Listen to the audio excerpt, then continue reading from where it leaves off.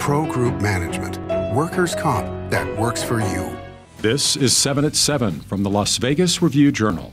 Good morning, everyone. I'm Renee Summerhour. Let's get started with your health news today, sponsored by 4M Dental. Love your smile again. A family mourns the loss of a 35-year-old pregnant woman who died of COVID on Wednesday, about 2 weeks after she was put on a ventilator, and her baby was delivered by emergency C-section. Kimmy Provoni's sister talked to the Review-Journal, and she said she was unvaccinated because she believed the shot would increase her chance of miscarriage. She was a wonderful, wonderful sister and a very wonderful wife, and I know she would have been a wonderful mom.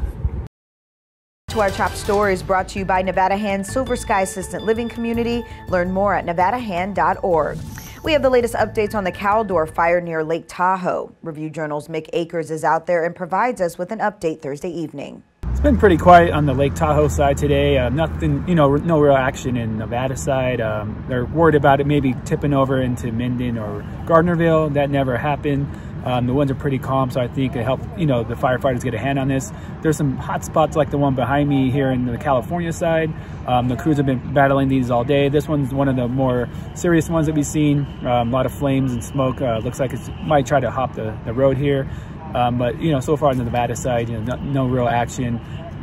This main focus right now is on these hot spots on the California side. And a Henderson woman was last seen alive back in July. Now prosecutors say they used social media, email, and IP addresses to tie her former boyfriend to her death. Cheryl Berdahl's body was never found, but Philip Matthew O'Reilly was indicted Thursday. Her children told authorities they last saw her beaten but alive in their home. O'Reilly faces more than 24 charges related to child abuse and sexual assault with a minor. He was on house arrest when he was arrested last week.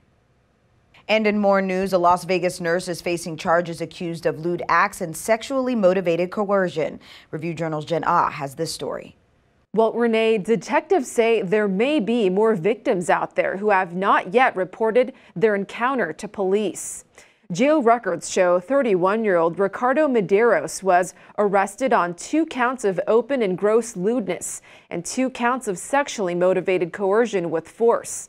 Police say he worked at Sunrise Hospital and Medical Center as a charge nurse, meaning he was a registered nurse leader who most likely oversaw a specific department or unit.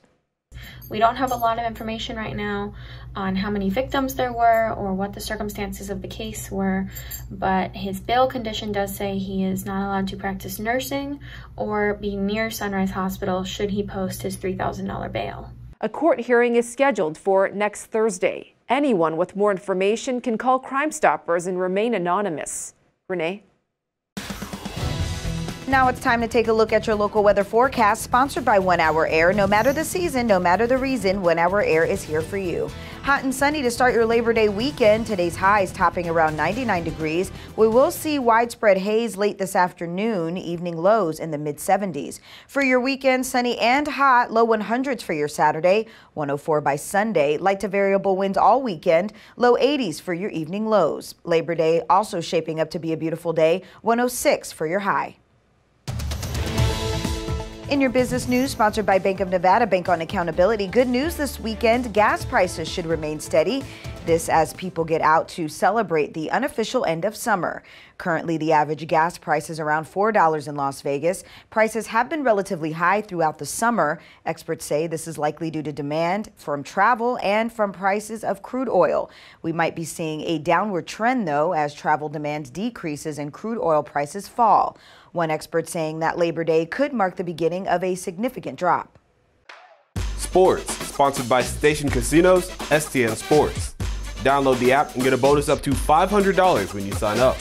The UNLV Rebels opened the 2021 season taking on the Eastern Washington Eagles on Thursday night in a losing effort, falling 35-33 in the second overtime period at Allegiant Stadium. Justin Rogers got the start at quarterback but was replaced by Doug Brumfeld in the second half, who led the Rebels' rally to tie the game late in the fourth quarter. UNLV ultimately fell short during a 2-point conversion attempt. in double overtime. Sports betting sponsored by Las Vegas Paiute Tribal Smoky and Cigar Shop. Week 1 of college football continues with 8 games today. Number 10 ranked North Carolina, led by Heisman Trophy candidate quarterback Sam Howell, is a 5.5-point road favorite at the Westgate Superbook against Virginia Tech, and Northwestern is a 3.5-point home favorite against Michigan State in a Big Ten battle. Read Jim Barnes' column with 5 picks for Saturday's games on LVRJ.com.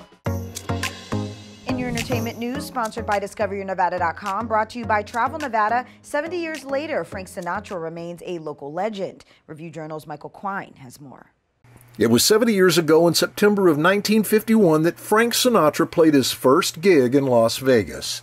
It was Wilbur Clark's Desert Inn, where Sinatra made his Vegas headlining debut. It was the largest hotel in Vegas at the time, with 300 rooms and a 3-story tower. The property also included an 18-hole golf course, which is now a part of the Wynn Resort. Sinatra later said, "For $6, you got a filet mignon dinner and me." Just over 2 years later, Sinatra would move to the Sands. There, he assembled a circle of drinking buddies that included Dean Martin, Sammy Davis Jr., Joey Bishop, and Peter Lawford, a group that would become known as the Rat Pack. The chairman of the board would go on to perform at the Sahara, the Riviera, Caesar's Palace, and the Golden Nugget, with his final Las Vegas appearance at the MGM Grand. Francis Albert Sinatra died on May 14, 1998. The following evening, the lights of the Las Vegas Strip were dimmed in his honor.